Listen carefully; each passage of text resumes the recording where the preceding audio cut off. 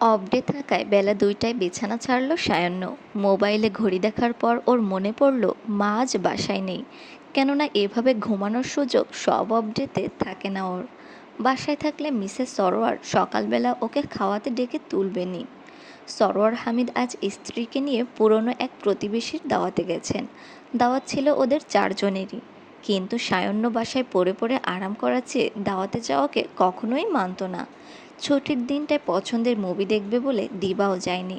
কাঁধের পেছন দিক টিপতে টিপতে ঘুমো ঘুমো অবস্থায় ড্রয়িং রুমে আসলো সায়াহ্ন। টিভি অন করে সোফায় বসে বসে দিবা মোবাইল ঘাঁটছিল। এক পলক ভাইয়ের দিকে চেয়ে মুখ ভেঙচিয়ে বলল, এসেছেন নবাব? এতক্ষণে ঘুম ভাঙলো আপনার? হুম, একটু দেরি হয়ে গেছে। কি করব বল, বাপের মন জুগিয়ে চলার চিন্তা মাথায় নিয়ে ঘুমোতে যায় না তো। রেগে ফোন রেখে মুভি চালু করলো দিবা। জবাব দিয়ে সায়াহ্ন কিচেনে এগোলো। ফ্রিজ থেকে এক বোতল জুস আর ব্রেড প্যাকেট নিয়ে বসে গেল সোফায়। সেন্টার টেবিলে পায়ের উপর পা তুলে ব্রেড মুখে পড়ল।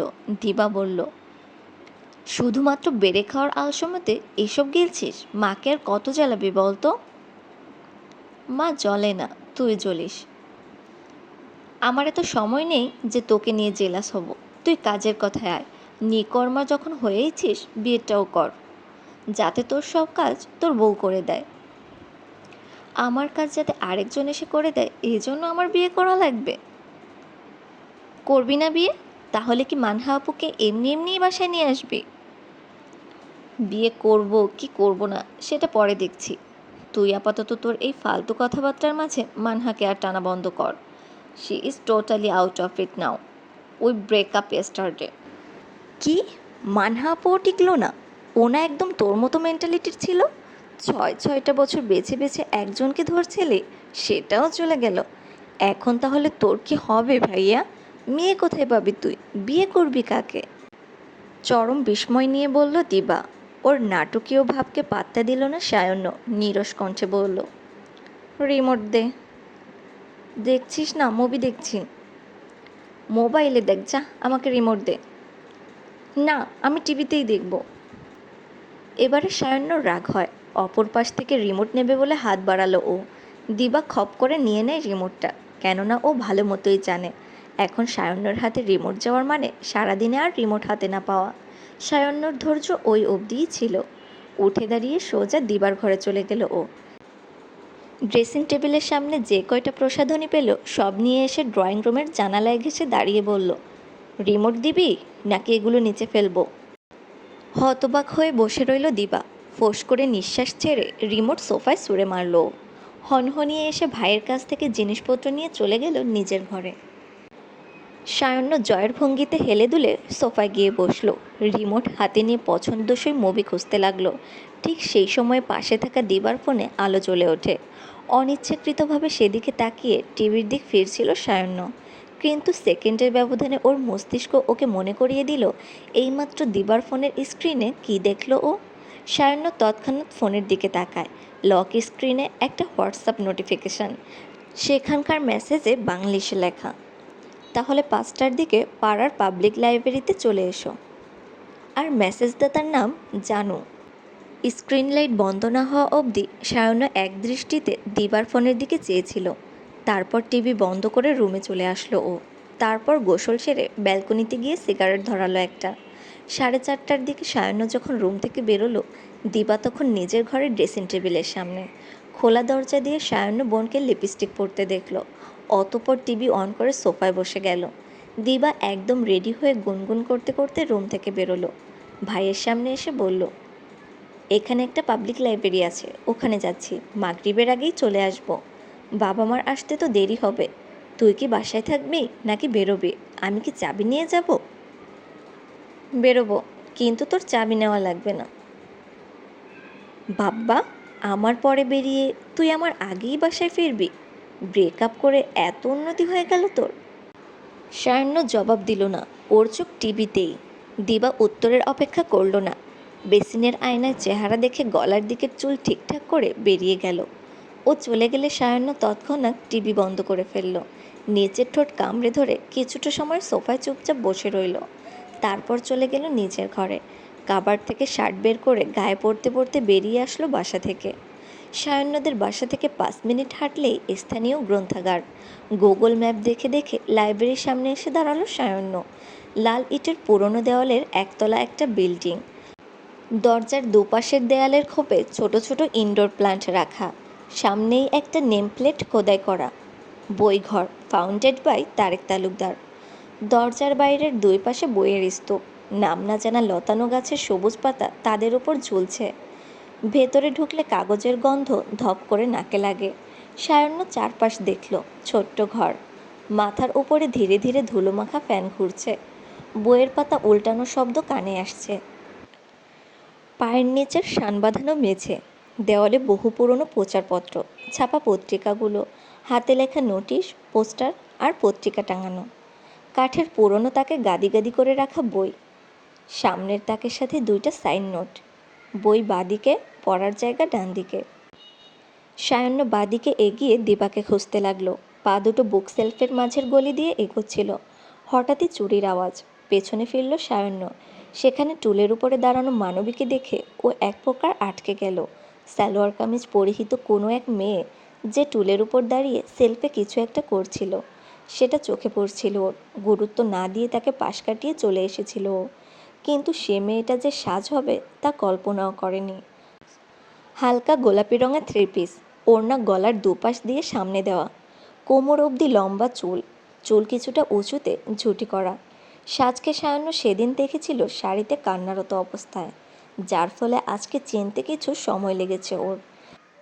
ডান হাতে ওপরের তাক ঝাড়তে ঝাড়তে বাঁ হাতে সেলফে দুবার বাড়ি লাগালো সাজ। ওর হাতের স্টিলের সরু চুড়িগুলো ঝুমঝুমিয়ে ওঠে। একবারের জন্য নিচে না তাকিয়ে ও ডান হাতের পিঠে গলার দিকে ডলা মারল। আবারও ঝাড়ায় ব্যস্ত হয়ে বাঁ হাতের আঙুলে ইশারা করলো মেঝেতে জড়ো করে রাখা বইয়ের দিকে। সায়ন্য টের পেল বইগুলো সাজাবে বলে ওগুলো হাতে এগিয়ে দিতে বলছে সাজ। কিছু একটা হয় সায়ন্যর, আর সে কিছু একটা ছিল সাজের কাজে লাগার ইচ্ছা। টু শব্দটাও না করে বই হাতে তুলে নিল ও। একটা একটা করে সাজের হাতে দিতে থাকলো। সাজও কোনো দিক না তাকিয়ে সেগুলো সেলফে সাজাতে লাগলো। যতটা মনোযোগ দিয়ে ও বই সাজাচ্ছিল, সায়ন্য ততটাই নিভৃতে ওকে দেখছিল। সাজের হাতের চুড়ির ঝিমঝিম আওয়াজ ওকে যেন অন্য কোনো দিকে তাকাতেই দিল না। সাজের দিক চেয়েই বই তোলা এগিয়ে দেওয়ার কাজ করছিল ও। কিছু সময়ের মধ্যেই মেঝেতে রাখা বই ফুরিয়ে যায়। হাত খালি হওয়ার সাথে হুঁশে ফেরে সায়ন্য। এখন কি করবে তা ভেবে পাচ্ছিল না। সাজ গোড়ালি উঁচিয়ে তখনও সেলফের ফাঁকা জায়গা দেখছে আর বাঁ হাত বাড়িয়ে বই চাইছে। দুবার চাওয়ার পরও যখন ওর হাতে কোনো বই আসলো না, বিরক্তিতে কপাল কুঁচকে নিচে তাকালো ও। নিচে দাঁড়ানো মানবকে দেখে সাজের দৃষ্টি অনিয়মিতভাবে প্রসারিত হয়। আগের দিনের পরিকল্পনা মতো অভ্রকে নিয়ে লাইব্রেরি গুছাতে এসেছিল ও। এখানে তো এই মুহূর্তে অভ্রের থাকার কথা, কিন্তু পরপরই মনে পড়ল ক্লাসমেট দিবার আসার পর ওকে বই দেখাতে নিয়ে গেছে সে, আর সেখানে এখন খয়েরি শার্ট আর কালো ট্রাউজার পরিহিত সায়ন্য হামিদ দাঁড়ানো, ঘাড় উঁচিয়ে ওর দিকেই চেয়ে সে। আকস্মিকতায় পায়ের তলার মাটি সরে যাওয়া। এর আগে কখনো এমন কিছু অনুভব করেনি সাজ, কিন্তু দুদিন আগে অপবাদ দিয়ে ওর বিয়ে ভেঙে দেওয়া মানুষটাকে দেখে আজ ওর পায়ের তলার টুলটা ঢেউয়ের মতো দুলে উঠল যেন। সাজ তালমাতাল হয়ে নিজের ওপর নিয়ন্ত্রণ হারায়। অবলম্বন হিসেবে মাঝ বরাবর সেলফের বইও আঁকড়ে ধরেছিল ও, কিন্তু লাভ হয় না। কিছু বুঝে ওঠার আগেই ঘটে অঘটন। ধপাধপ বই পড়ার আওয়াজ শুনে চমকে ওঠে দিবা অভ্র। দুজনেই এতক্ষণ একই টেবিলের উল্টো পাশে বসে বই পড়ার ভান করছিল, আর মাঝে মাঝে দুজনের চোখাচোখি হয়ে গেলে লাজুক হাসছিল। অভ্রকে সাজ কী কারণে লাইব্রেরিতে নিয়ে এসেছিল সে কথা ভুলেই গিয়েছিল ও, কিন্তু ওকে ওর কাজ মনে করিয়ে দেয় লাইব্রেরির শোরগোল। টেবিলে বসা বাকি তিনজনও মাথা তুলে তাকালো। অভ্র সামনে থাকা বইটা বুকে তুলে তৎক্ষণাৎ এলোমেলো পায়ে দৌড় লাগালো। অপ্রস্তুত হয়ে উঠে দাঁড়ালো দিবাও। দুজনেই দ্রুততার সাথে এগিয়ে আসে আওয়াজের উৎসের দিকে, কিন্তু আসার পর ওরা যা দেখল নিজের চোখে বিশ্বাসই হলো না ওদের। সায়ন্য সাজ মুখোমুখি, টুলের উপর দাঁড়ানো সাজ সামনের দিকে হেলে আছে। দুহাতে ও সায়ন্যর কাঁধের শার্ট খামচে ধরা, আর সায়ন্যর দুহাত ওর কোমরে। দুজনেই পাথরের মূর্তির মতো আটকে আছে। বড় হতে হতে দুজনের চোখই প্রায় বেরিয়ে আসার উপক্রম। ঠিক নিচেই সুজি ঘাড় উঁচিয়ে ওপরে তাকানো, থেমে আছে একই রকমভাবে। অভ্র স্বাভাবিক থাকলে হয়তো বলে ফেলতো, বরাবরের মতোই এই নাটকবাজ বিড়ালের নাটক থেমে নেই। কিন্তু অভ্র স্বাভাবিক ছিল না, এতটুকু আওয়াজ বেরোলো না ওর মুখ দিয়ে। এর আগে বোনকে কখনো কোনো ছেলের সাথে কল্পনাও করেনি ও। অথচ সেই আপুই এই মুহূর্তে কারো এতটা কাছে গা ছুঁয়ে দাঁড়ানো। আর সে মানুষটা আবার কে? সায়ন্য হামিদ, যে কিনা দুদিন আগে ভয়ঙ্করতম অপবাদ দিয়েছিল সাজকে। অভ্রর মাথা ঘোরায়, চোখ ঝাপসা হয়। ওর সাথে দাঁড়ানো দিবার অবস্থাও সুবিধার না। ও জানে গতকালই মানহার সাথে ব্রেকআপ হয়েছে সায়ন্যর। এর মধ্যে আজই সে আরেকজনের সাথে রোম্যান্স করতে আসবে না। তার ওপর সে যখন হয় মাশফিক তালুকদারের বোন, তখন তো আরও না। তালুকদার নিবাসে হওয়া ঘটনা অভ্র ওকে বলেছিল। যেহেতু দিবা ভাইয়ের স্বভাবের সাথে পরিচিত, তালুকদার নিবাসে হওয়া তাণ্ডবের কারণটাও বাবার থেকে জেনেছিল। দিবা সবে জমে থাকা সায়ন্যকে ডাক দিতে যাবে, ওদের চারজনের কানে আসে, সাজ। মাশফিকের কণ্ঠ শুনে চমকে ওঠে সবগুলো, একসাথে দরজায় তাকায় ওরা। মাশফিকের শক্ত চোখ মুখ দেখে অভ্র ঢোক গিলল একটা।